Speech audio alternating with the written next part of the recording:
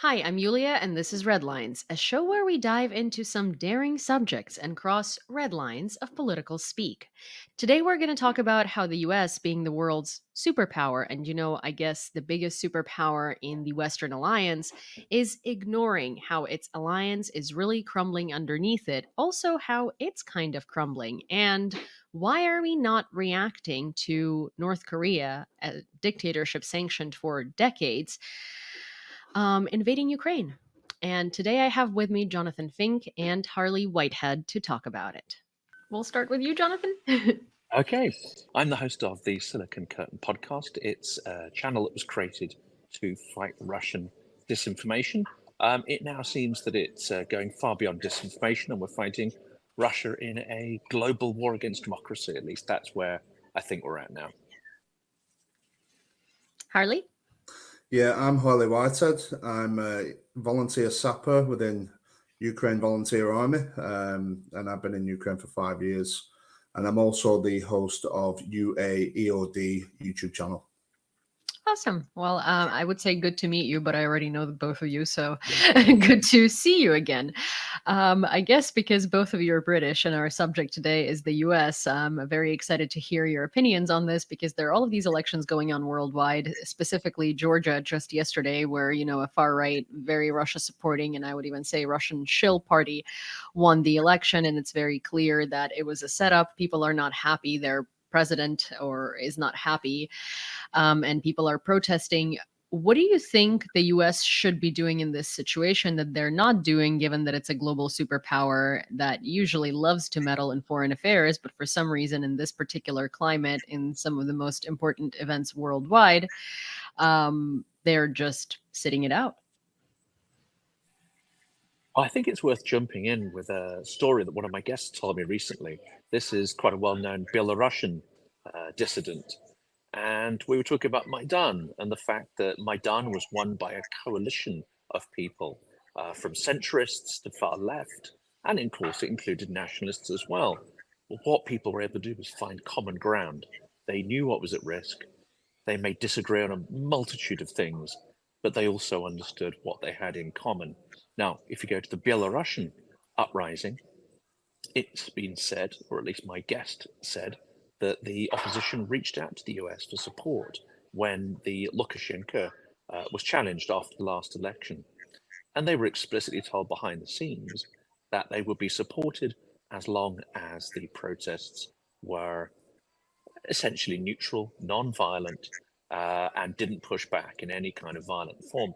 This, to my mind, was essentially condemning that country to be overrun and those protests to fail.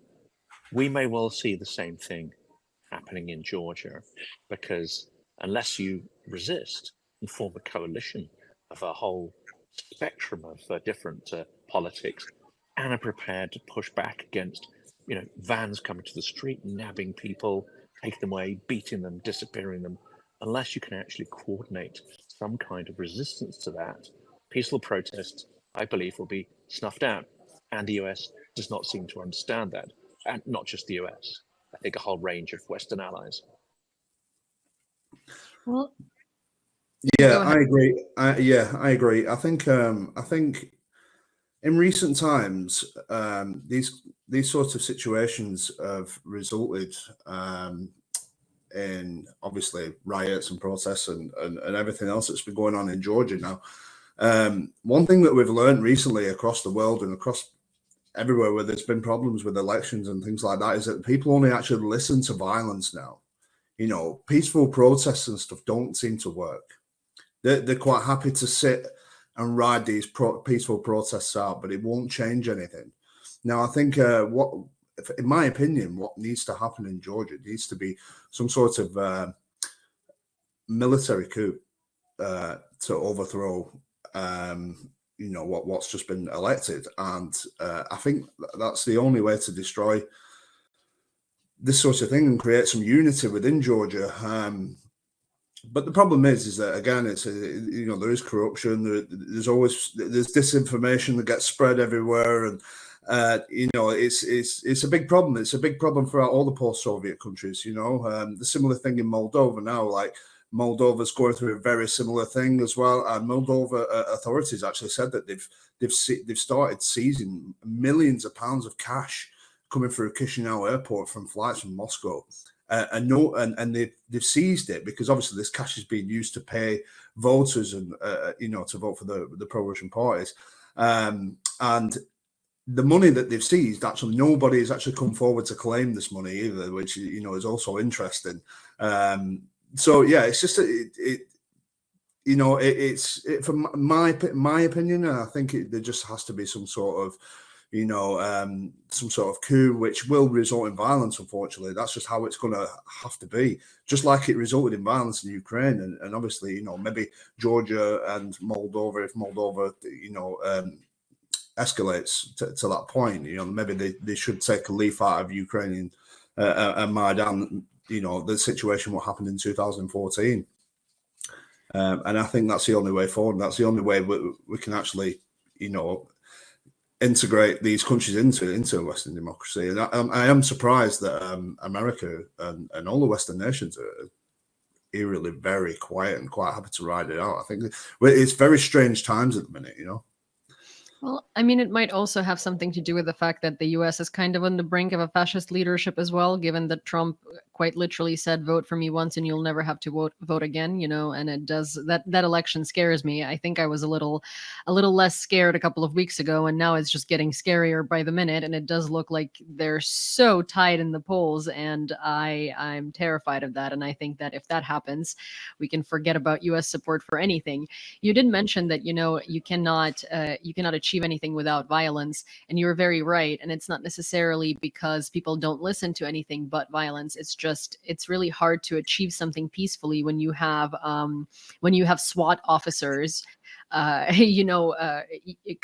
trying to disperse you, and they're guided by the government, and these orders are being given by the government, that same government that you are disagreeing with. And it's quite crazy that the US says you're supposed to just kind of stand there peacefully and not resist, provided that the US says that they only support democratic order, right? And I guess violence is against the democratic order, but then why would there even be need for violence and for people uprising if the government was elected democratically? And I do feel like Georgia is a great example of a country that could accomplish Maidan, and could accomplish Maidan without foreign interference and without US support, because they've tried multiple times, and it doesn't seem like they're scared of being harmed, as long as they do get the government out, because of course it's not a very supportive government. But Moldova and Bulgaria, I have a little less sort of hope for, because we have seen pro-Russian movements there, and we have seen pro-Russian politicians, and we haven't really seen anything from the people that would look like a kind of revolution that would work. Georgia, however, I mean, it gives me more hope, but still quite 50-50 there. I don't know what's going to happen there. I think yeah, go on. I think Sorry. I was going to say, I mean, the challenge, I think here, we've been saying this for some time with various people on my channel, and that is Putin has developed a playbook. This isn't just a series of random takeovers or a series of random subversions of the democratic will. It's a playbook with specific steps. You have corruption of senior military and police officers. You have an incumbent party that takes over the media sphere, the main organs of the media, and starts subverting it to their will. And then finally, we're seeing the next steps in Georgia, which is outright falsification of the result. Now, there's a couple of scenarios. If the result had not gone in their favor, and of course the likelihood is the genuine result hasn't, they've made sure that they are able to falsify it to an extent. If this was a full takeover, they could probably get 80%, like Lukashenko does, 80-90%, but they're not quite sure of themselves enough, so they faked it to get 52, which is just a sort of sliver of a majority there, but enough to stamp their will. The question now comes, in my mind, one is a series of techniques which, if we fail to recognize them, could just as easily be used in our societies. We think in our arrogance that they can't, but they absolutely can. It's been proven to work on multiple occasions and in multiple scenarios. The next scenario, of course, is that, well, if the protesters are able to stand up and get the result declared null and void, and if they are able to push Georgia Dream to one side, well, Russia has the next step, which is the post-Maidan step, which is a full-blown invasion. I also think, and I'd love to hear what Harley thinks, some of these techniques of electoral subversion and stealing the result, I think there's planning in the US to actually implement some of these techniques right now. Yeah. No, I agree. I mean, there's already been obviously a lot of talk of Russian interference in US elections, also in the UK elections as well. You might have seen some news articles the other week. I mean, with Donald Trump, he's obviously he was a bit unhappy about the British government supporting Kamala Harris, you know.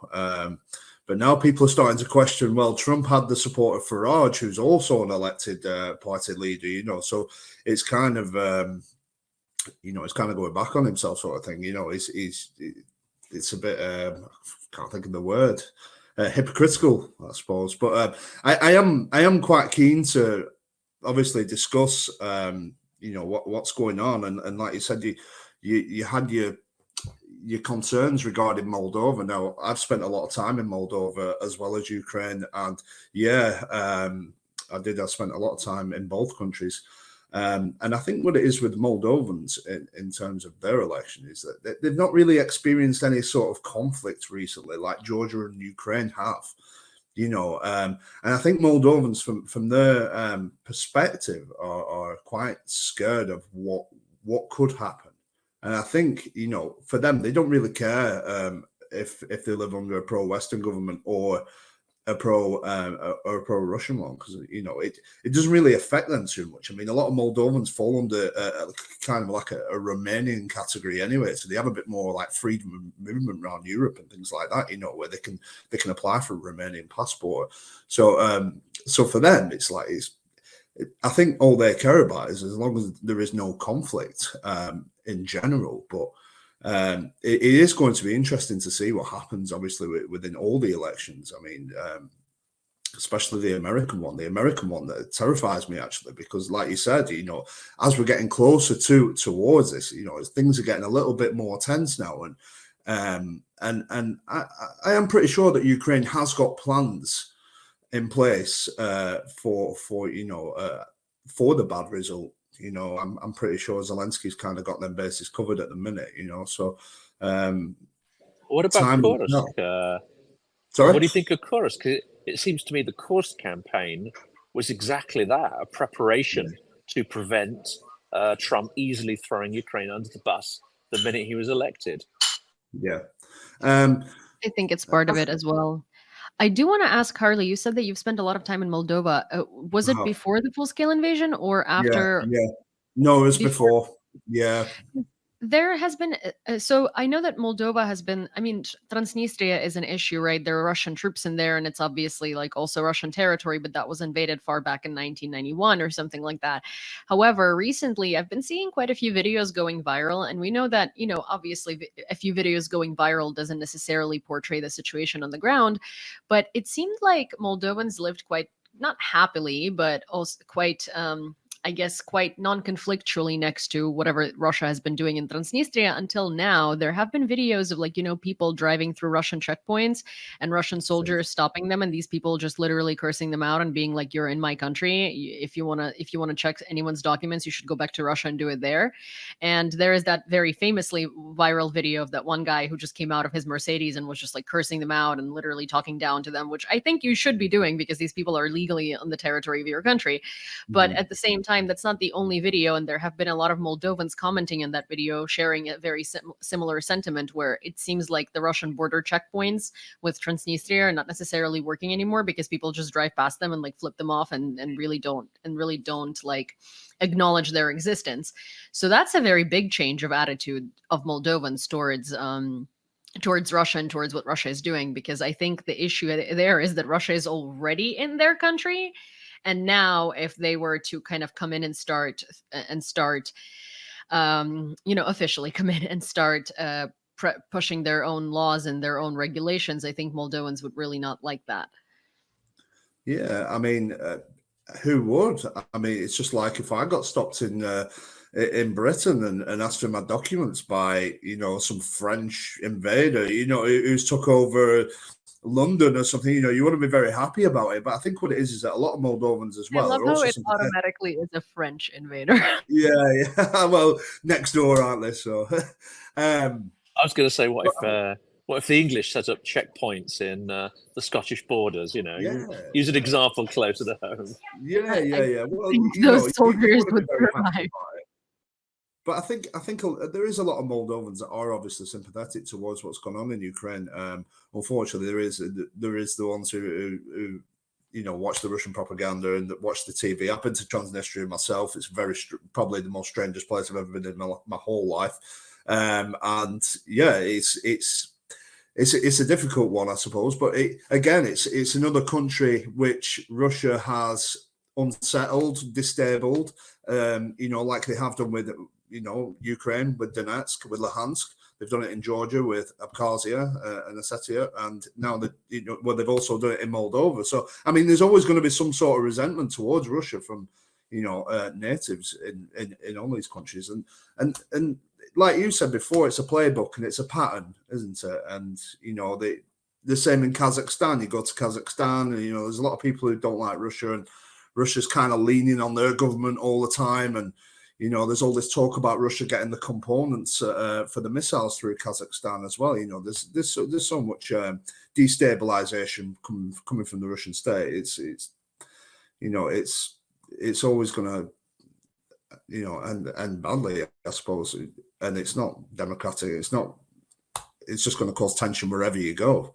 Because a lot of the people suffer in these countries as well. You know, like you said, in Ukraine, Moldova, Georgia, everybody's suffering due to what Russia is doing.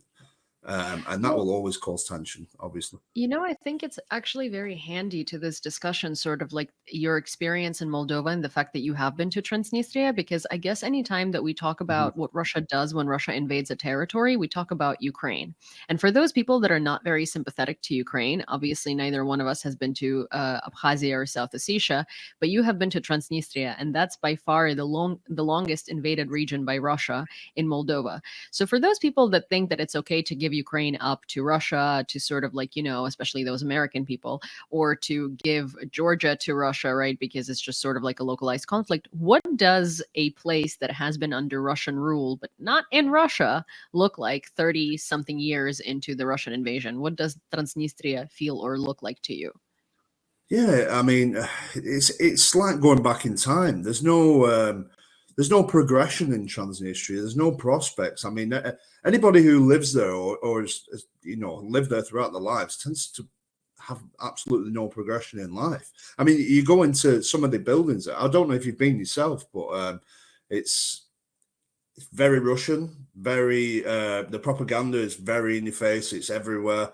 And there's just not really a lot of hope there for anybody. And you know, all that is just a Russian base, and it's just Russia have used that territory just to destabilize Moldova and keep a finger in the pie, so to speak. You know, they'll never let that go. And the Russians actually originally came there to be peacekeepers. So why are they checking documents and setting up checkpoints? You know, that's not what, you know, that isn't what they came to do, I suppose, is it? I mean, there is no active conflict going on between Transnistria and you know, Moldova itself. So yeah, it's a very, very strange place to go. I wouldn't recommend anybody go, especially at this moment in time. I was there I've been there twice for a day each time. Once I went on my own, and once I took my stepdad with me because he was quite intrigued to go. But yeah, it's just a crazy place. And look at, I mean, all you have to do now is just like you look at Donetsk, and Donetsk is falling into that category. Look at Donetsk 15 years ago, hosting worldwide pop stars and, you know, big sporting events and everything. And now you look at it, it's just, everyone's delusional. You know, my ex-partner, her mother You know, lives in I think Donetsk. I think the It's biggest thing really is that people that are not connected to Ukraine or have not been to the front line, right? They don't know what look at Donetsk now looks like, right? Like we know that nothing is getting renovated. There are no new buildings being built, or if there are, they're built towards like, 2000 standard of like building anywhere worldwide, right? There is no new technology. Potholes are not being fixed. But is that the same situation? Like, do you feel like, Transnistria is stuck in time? Do you feel like you visited a place that stopped developing in the 90s? absolutely, yeah. That's exactly how it feels there. There's nothing. I mean, Moldova's pretty, pretty bad itself, to be honest. But Transnistria is it's completely different. I mean, the infrastructure in Moldova is obviously behind. They've had a lot of problems with corruption and Yeah. politicians ever since the collapse of the Soviet Union, which is no fault of their own. I mean, the people are really, really nice people, the ones that I've come across. But I mean, if you go across Chisinau and across Moldova, and especially in Ungen, which is a city in the north, you can see posters of politicians all over the walls, and then there's people who put stickers on top saying "thief, thief, thief" over the politicians' faces. And this is going back years and years and years. So they've had mega problems for such a long time. But yeah, it's the infrastructure, everything is just completely different. It's like going to like Cuba, for instance. I've been to Cuba. That's just well behind as well. And Transnistria is not far away from being on that level, if you understand what I mean. I mean, I think also like a lot of, in a lot of European countries, it's kind of if you don't go to the capital, everything is very far behind. It's Italy, I think, is one of not many European countries where you go to different cities and different cities have something to offer you. But a lot of other countries in Europe, it's kind of like there is the capital and then there is nothingness. And that's kind Yeah, of how yeah. things function. I think the UK was probably also one of not many European EU countries that you have Liverpool and you have Manchester and you have Leeds and you have like Newcastle and there is London, and obviously London is where most of the opportunities are, but at the same time, like if you go to other places they still have the same sort of infrastructure, just maybe not as many jobs or shops. but but in Europe Yeah. and other No, in no, other I agree. places, yeah, it's sort of like if you want to buy designer items, you have to go to the capital. If you want to go to like a cool cafe chain, you have to go to the capital. The UK is similar to the US in that regard, where Mm. you have Costa coffee all over the country, not just in the cool places. It's kind of fast food, not luxury. But Yeah. I'm interested in how that then applies to jobs and opportunities, because of course Harley talked about opportunities, young people, and so on.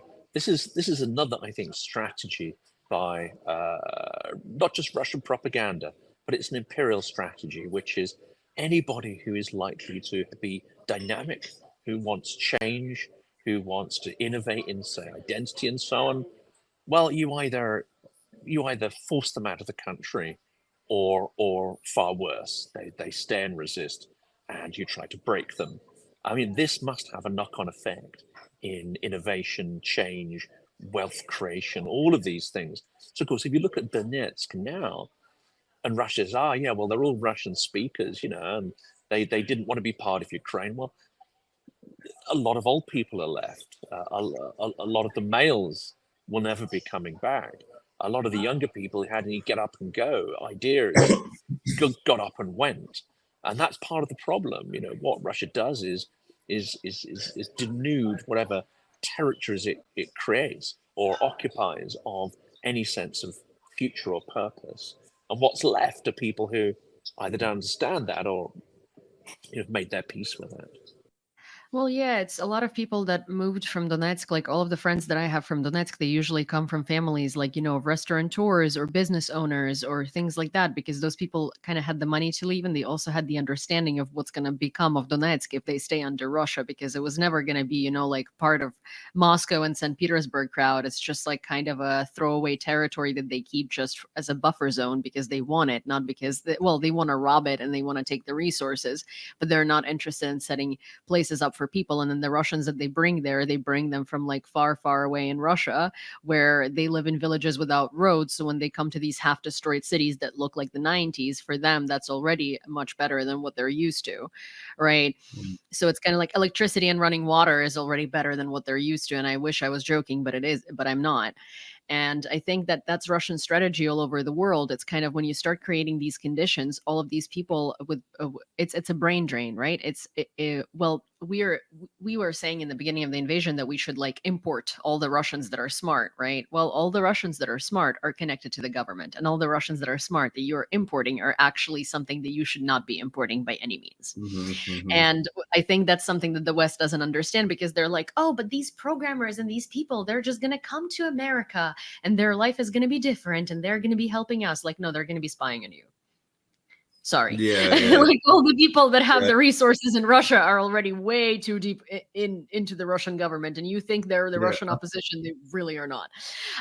Or borrowing Yeah, I your think intellectual anybody who- property, you know. Mhm. Yeah, But anybody with any skill that didn't want to be connected to Russia has already left Russia. You know, they're already living in the Western world. exactly. They've already done I that agree like a with long that, yeah. time ago. But also Yeah. at the same time, a lot of Russians, even if they're like against Putin and whatnot, like the thing that I think no one in the West realizes is that they still make money through Russia. So inadvertently, they're still connected to the government because they are taking money out of Russia and bringing it to the West to live their cushy lives, because obviously they don't like Russia, but they still pay taxes in Russia. They still like do things the Russian way. So it's like the problem with Russia is that it's a bubble, and no matter what you believe in, no matter who you support, you're still way too indoctrinated into Russia and into the Russian order and into how things go on. But so that's why Russians understand that, you know, in order to collapse Western countries and in order to make, you know, like the Allied Union weaker, is you come and you invade these territories. The people who have the capacity, the people who have the brain power, the people who are the future of these places, they move. And then they don't move to that same country because they're now scared because, oh, what if they keep invading, right? They move somewhere else and they continuously keep moving. And usually they end up in the US because, you know, the American dream and all of these things, and also the advertisements and English, really, because you don't have to learn another language. It's English and you likely took it at school. So you're going to have an easier time. So it's the UK or the US, mostly the US, sometimes Canada. And that means that all of the brain power is draining from the EU.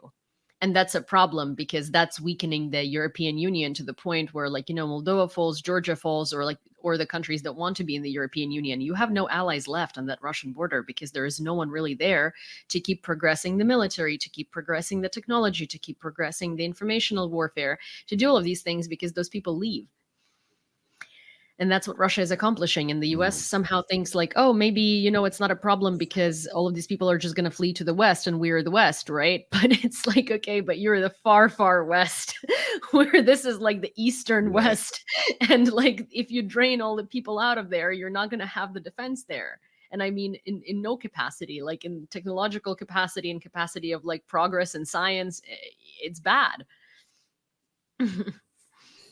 I think there's an even bigger challenge here, because you talked about wealth and you talked about Russians with wealth or purchasing power coming abroad, potentially having links with Russia. I think this is something we don't understand. There is no such thing as being independently wealthy or independent wealth in Russia. Everything is part of a system which I tend to call tenured thievery. If you have money, it's come from the state, and it comes with strings attached. Now, they may not, you know, pull those strings immediately, but eventually they will. And I think this is the thing we fail to understand. Any Russians that depend monetarily on the state, or even have got rich on the state in the past, the state will always view that as a favor or a privilege granted to you. You're never free of the idea of some kind of favors being pulled at some point. And I think that's what we fail to understand when we say we'll let people in, blah, blah, blah. You know, Exactly. Russian money isn't all tainted. I think most Russians now understand this relationship of their state to the wealth and power.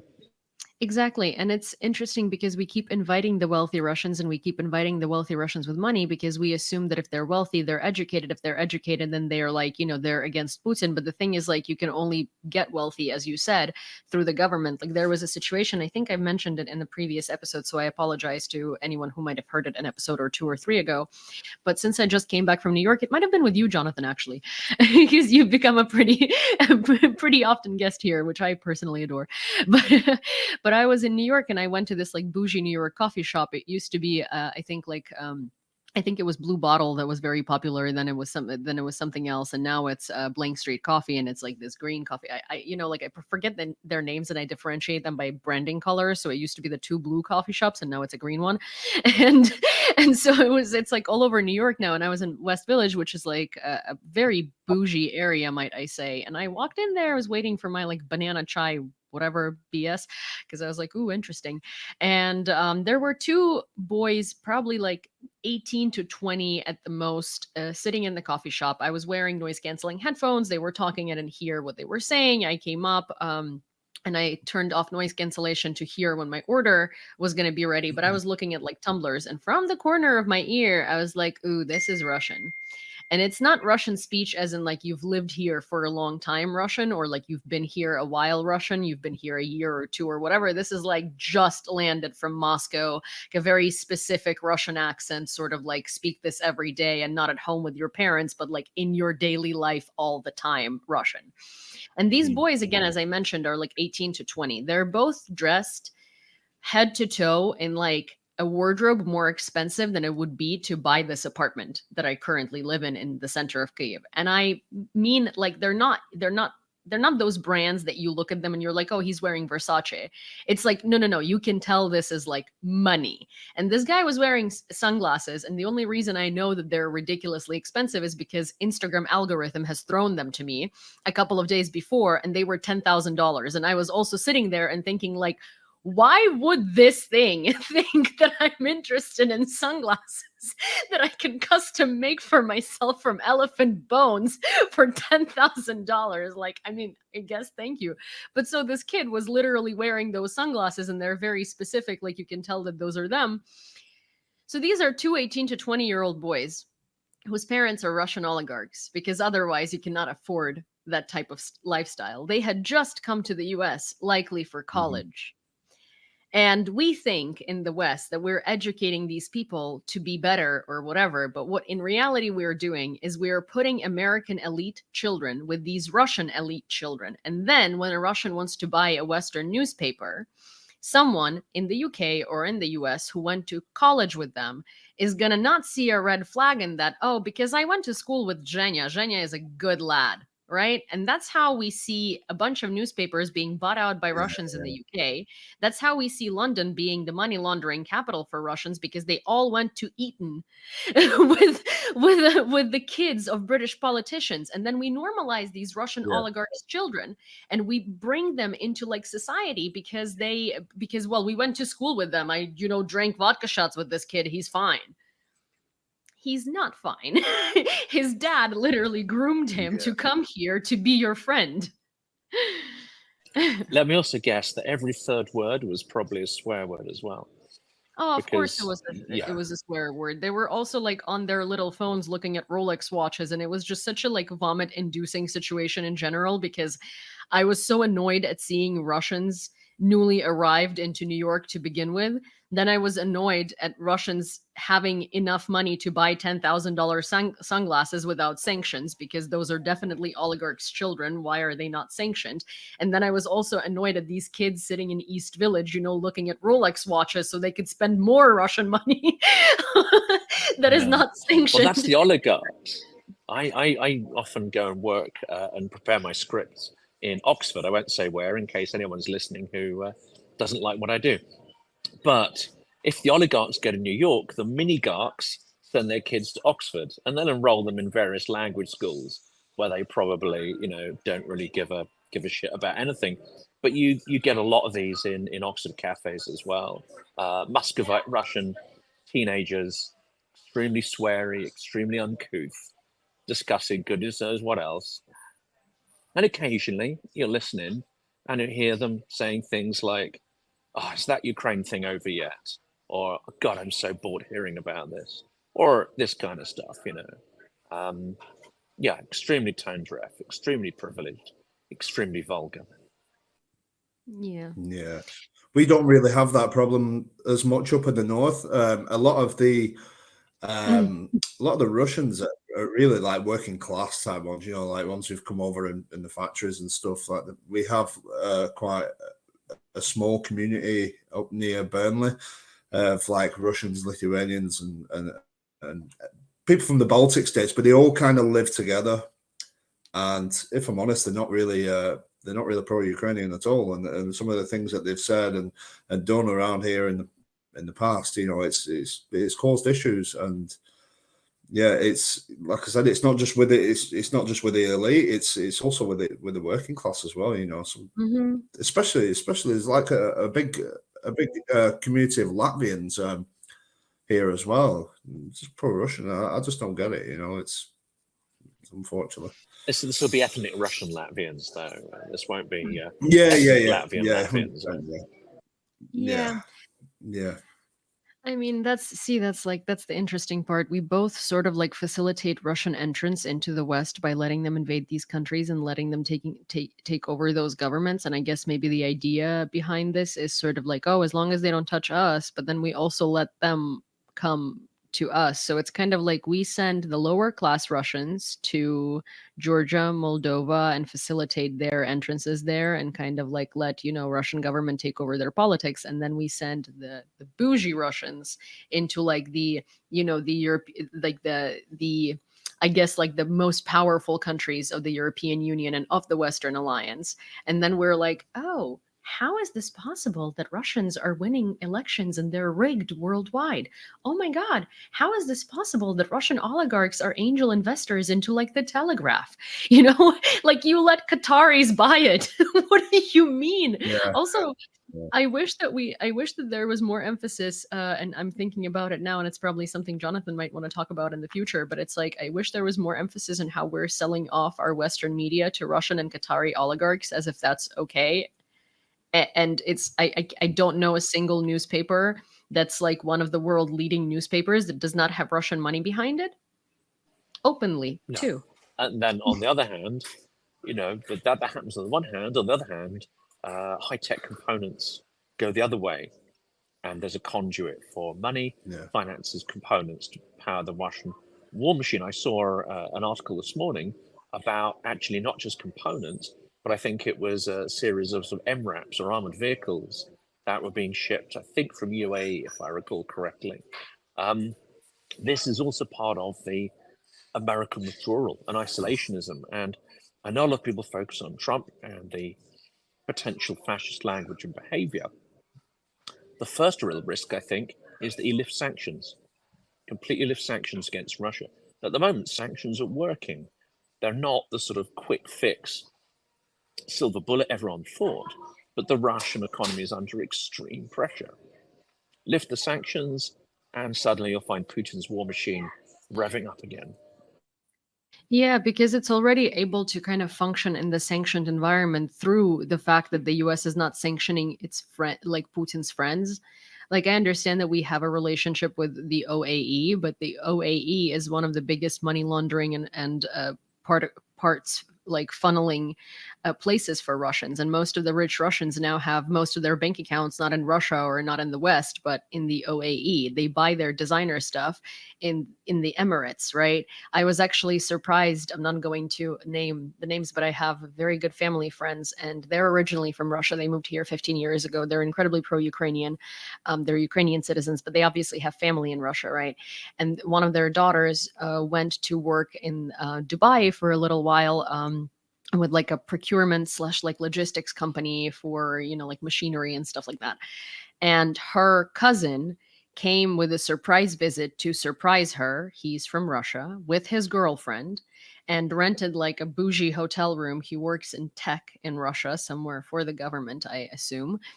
And because he has enough money to do that, and they stayed in a nice hotel, and he came to Dubai, no problem, with a Russian passport, and sort of like had this, you know, a week vacation with that cost an arm and a leg for an average person. But he's Russian and he was able to afford it, which that should not be happening in the world, where Russians shouldn't be able to take their money and bring them to have a freaking vacation last minute somewhere in like one of the most expensive world destinations. That's crazy. Especially while we're seeing the world crumble under like Russians stealing elections. And at this point, it's not even the propaganda they're using, right? Like in Georgia and Moldova and Bulgaria, it's not even that they are that they are deceiving people into voting for these parties. They just come in and they rig the election. And Moldova, for instance, is a European country, right? Georgia is not, but Moldova is. What are we going to do if Moldova's election is rigged and it's very evidently rigged? Are we just going to be like, oh, well, that's Moldova's problem? Yes, and if Orban decides to go to the next level,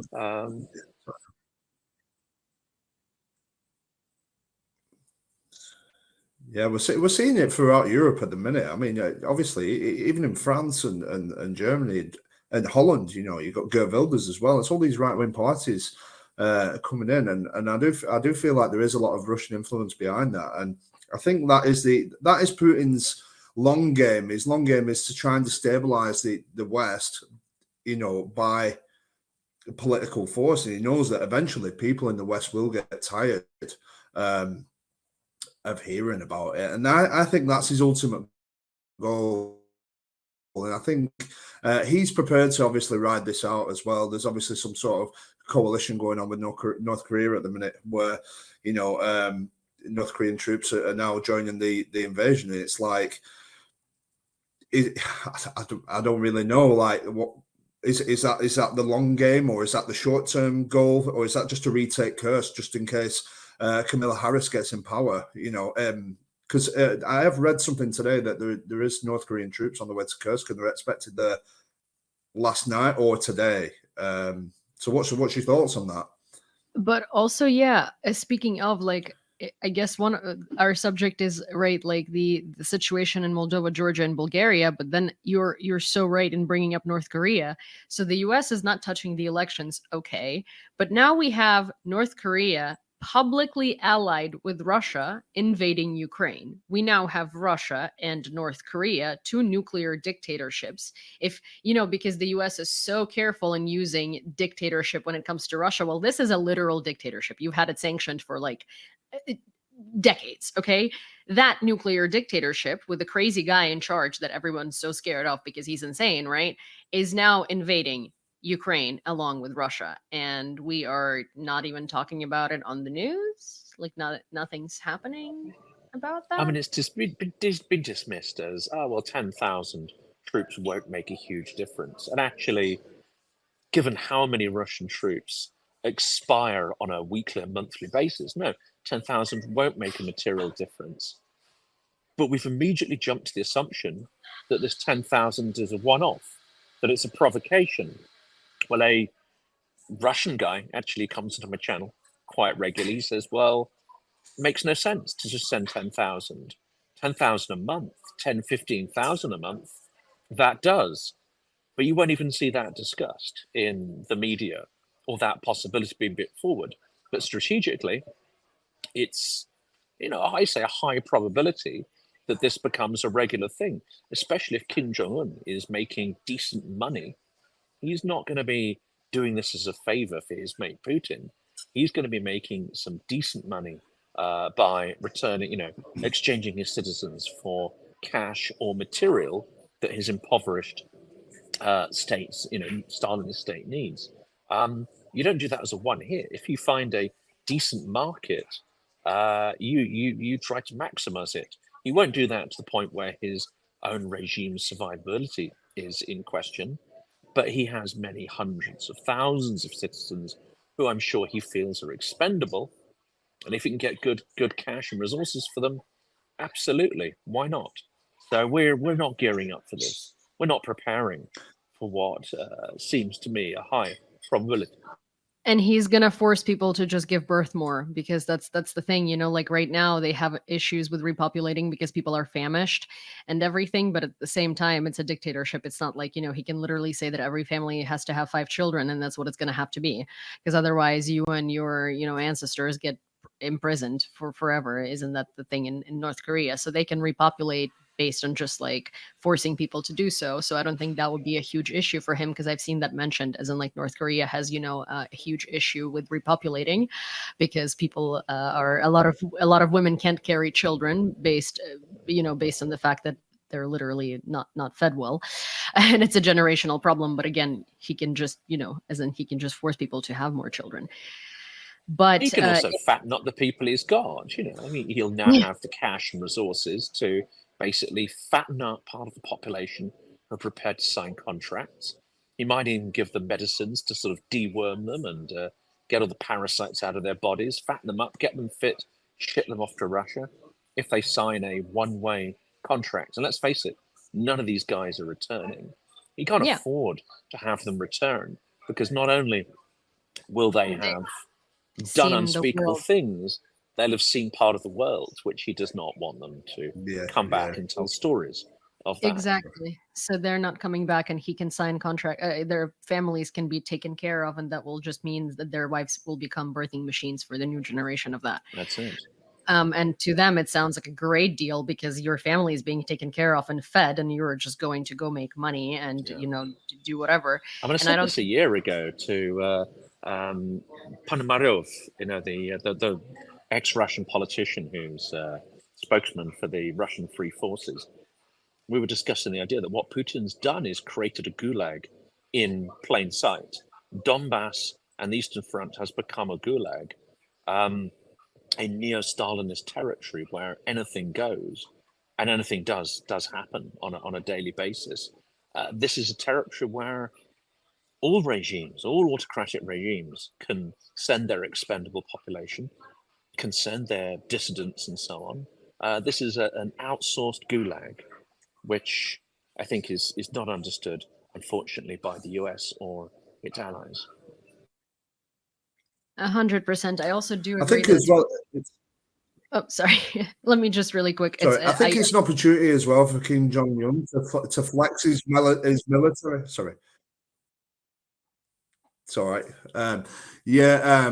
I think it's an opportunity for Kim Jong Un to flex his military as well on the international stage, especially domestically. I think he's obviously been waiting for an opportunity to show what his troops can do in the world and their fight against the West, or his domestic audience. And, we say that 10,000 troops isn't a lot. It may not be a lot, but let's not forget the Ukraine invaded Kursk with only 10,000 troops as well. So that we believe is true. So, I mean, it is a considerable amount, especially at this point in the war. A lot of Ukrainian soldiers are injured, tired. A lot of the good fighters, are no longer with us as well, unfortunately. So the amount of pressure that's obviously coming Ukraine's way in the next coming months is probably more than we've ever seen since the start of the invasion. I spoke to a GER team last week, which is a Western team. And out of one whole team, there was only two guys who wasn't injured. The rest are all in hospital, and that was in Kursk region as well. And they're just really suffering. That is a really experienced team as well. That's never suffered injuries before, So there is a lot at stake here, and it's really, really testing times. And I cannot understand why the West is just allowing it to happen. I head back to Ukraine next week. I've had to come back to England due to some stuff that's happened over the last couple of weeks. But we are good to go. And even us, like even demining, we are now demining over winter. We've never done that before. We always use winter for training and things like that, and that's just because that we need to really step on the gas this winter, and get things in motion and things in place. Just because of what we face and what's ahead of us over the next couple of months. So I do think the North Korea thing. I mean, there's been a lot of talk online of people writing these soldiers off, and they're only 5-foot soldiers and everything else. Any kid, any 12-year-old with an AK-47 is deadly and dangerous. Let's not be quick to write the North Korean troops off. I mean, these guys have probably only ever known military life and being nurtured into that life. So for me, it's a big threat, and a lot of Ukrainian soldiers were civilians only 2 years ago themselves, So there's a lot at stake here. And I think it's really important that people support Ukraine and keep build that momentum. If anything, I'd love to have the same support that we had when the war first kicked off.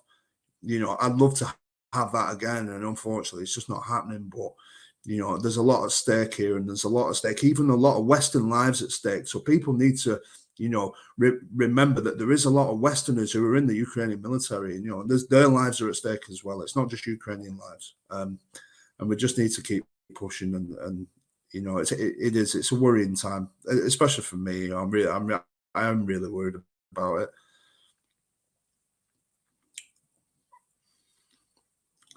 I agree with you. I mean, I'm very worried. I also do agree with the previous assessment that that it's not a one-time thing, and even if it is a one-time thing, I think the issue is that it's happening to begin with, and that we as a Western world are not reacting and pushing back to it. Because if we take away Russia, North Korea, and Ukraine, it's kind of like, hey, two dictatorships that are nuclear powers are invading a country in Europe. One of the dictatorships has been doing it for two and a half years, and the other one had just publicly joined, maybe with a little force, but still publicly joined. The United States is quiet.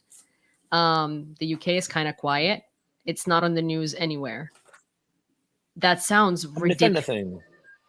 If anything, two decades ago, the media would have lost their minds over even the implication that North Korea could come anywhere near European territory. People would have been running around in the streets tearing their hair out. The fact that it's met with a whimper is beyond insanity. And of course, Putin is watching this. He is gauging our response. And our response exudes extreme weakness and fragility and a disconnection, in fact, to our own interests globally. For Putin, weakness is an absolute red rag to a bull, and it's absolute incitement to more aggression, to scaling up aggression.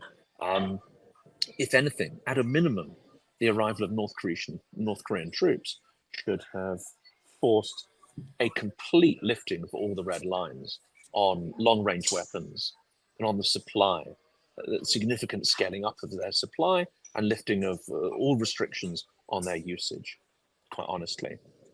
At this point, Ukrainian drones should be taking out chunks of Moscow, chunks of the Kremlin, Rubliovka, and Washington, Berlin, everyone else should be applauding it. But that's not going to happen. Well, I mean, as a Ukrainian, I cannot say that I would like civilian areas to be taken out in Russia. I actually, weirdly, which I think a lot of people are going to be surprised, but I'm kind of against that. I do think that the Kremlin needs to be taken out. I just feel like part of me, it just sort of like doesn't care about Russians at all, and I'm like, do whatever to them. But at the same time, as like someone who doesn't want to stoop to their level, I don't want to authorize the willingness to kind of bomb them to the ground. Rubliovka is the area where the oligarchs live. Rubliovka is the area where all the apparatchiks have their dachas. And when Ukraine sent drones into the area, propagandists as well, there was actually jubilation amongst many Z patriots. This is the way to divide and conquer. They know their leaders are thieves. They know their bureaucrats are thieves. They know their propagandists are thieves. Well, if you can take out their dachas, you can divide and conquer. Play the Russian. Yeah, that's for sure. I agree with that. I mean, I didn't think about it that way, but I mean, yeah, the oligarchs are still, I guess, civilians, especially if we talk about the United States. They consider everything a civilian. In Russia, that isn't that just isn't Putin himself. Even Putin is kind of a civilian. It's it's interchangeably the fault of either the Russian military or Putin, depending on what's more convenient in the context of whitewashing Russians. But but that's that. So I guess we had a very I think we've touched upon so many different subjects today, which is great. But what do we think is like I don't even know how to summarize this, because I think there's just so much. There's such a shit show going on worldwide that it's really hard to kind of like put it together in a nice little package wrapped in a bow. But I guess, what are your predictions in what we're going to be seeing? November is a really rough month for the world, because we have the American election, we have elections worldwide, and we also have the US kind of not even. The US doesn't provide a correct response to anything that's been happening, whether it be North Korean troops or elections in Moldova, Georgia, and Bulgaria. But also, I think, depending on how November goes, we're going to be seeing a lot worse of that. what do we think we should expect from the US in the next like month? And do you think they're going, if things go south with the US election, do you think there is a chance that they might, put infrastructure in place before the new party takes cabinet or the new president takes cabinet in the next like couple of months or so? And will that help? I think dysfunction and paralysis is what we'll see. Biden may well be able to push some stuff at Ukraine's way. And there's been some movement on getting the frozen assets to Ukraine. So I think we're going to see some positives.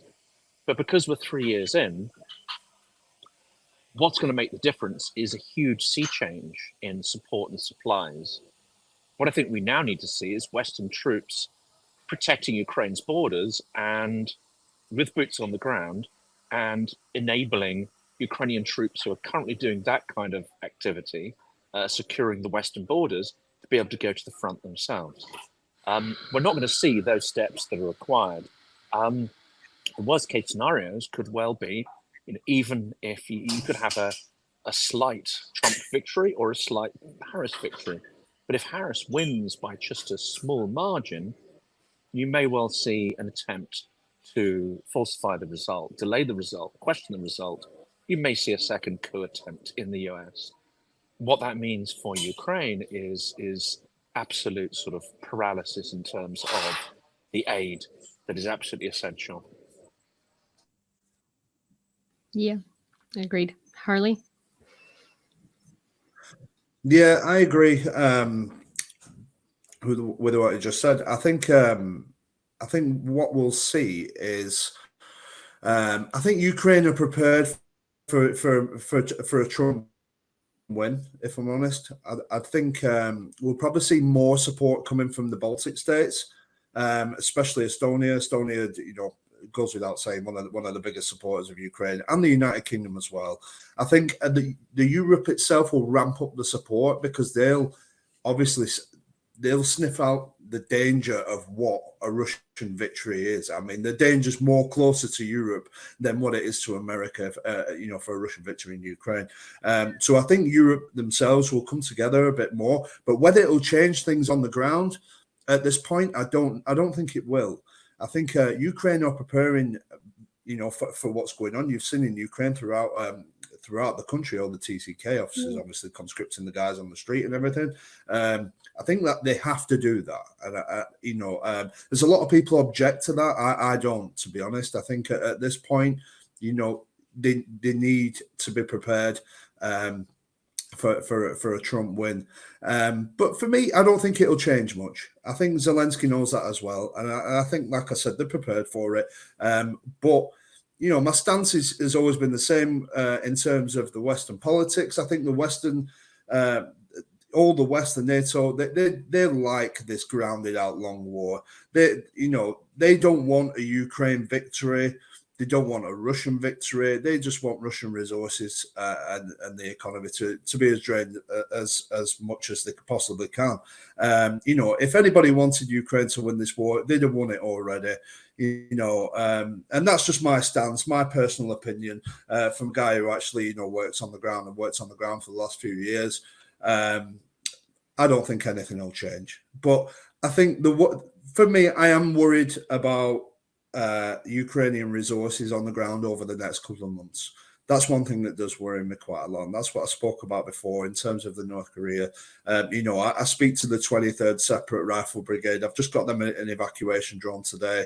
And, my friend there, he's not seen his wife for 15 months now. And, the guys are dying from minor wounds. And that's what scares me more than anything, It's just that. And the morale's very low at the minute. So I think a good Harris win will lift the morale. But, if Trump wins, in terms of what actually happens on the ground, I don't actually think it will change too much. We just need to try and stabilize this Russian offensive, especially in Donetsk, towards Pokrovsk, which Ukraine is doing well. They expected to lose Pokrovsk 2-3 months ago. They still haven't took it yet, But what Russia is doing, they are taking little bits. and then the moving brigades in, if you look at the map on the deep state as well, you can see the brigades are moving closer and closer and closer. So it's just about trying to stabilize, that offensive on that side more than anything at this point. And just see what happens over the winter period. The winter period is such an important time for everybody, even both sides. It's let's just see what happens. Yeah. And let's watch South Africa. I'm going to try South Africa, wrong country. Let's watch South Korea, because are they going to take it lying down that the North is helping to steamroller allies in Europe? I don't think they will. So this could be rather interesting. This may be a miscalculation by Putin, but let's see what happens.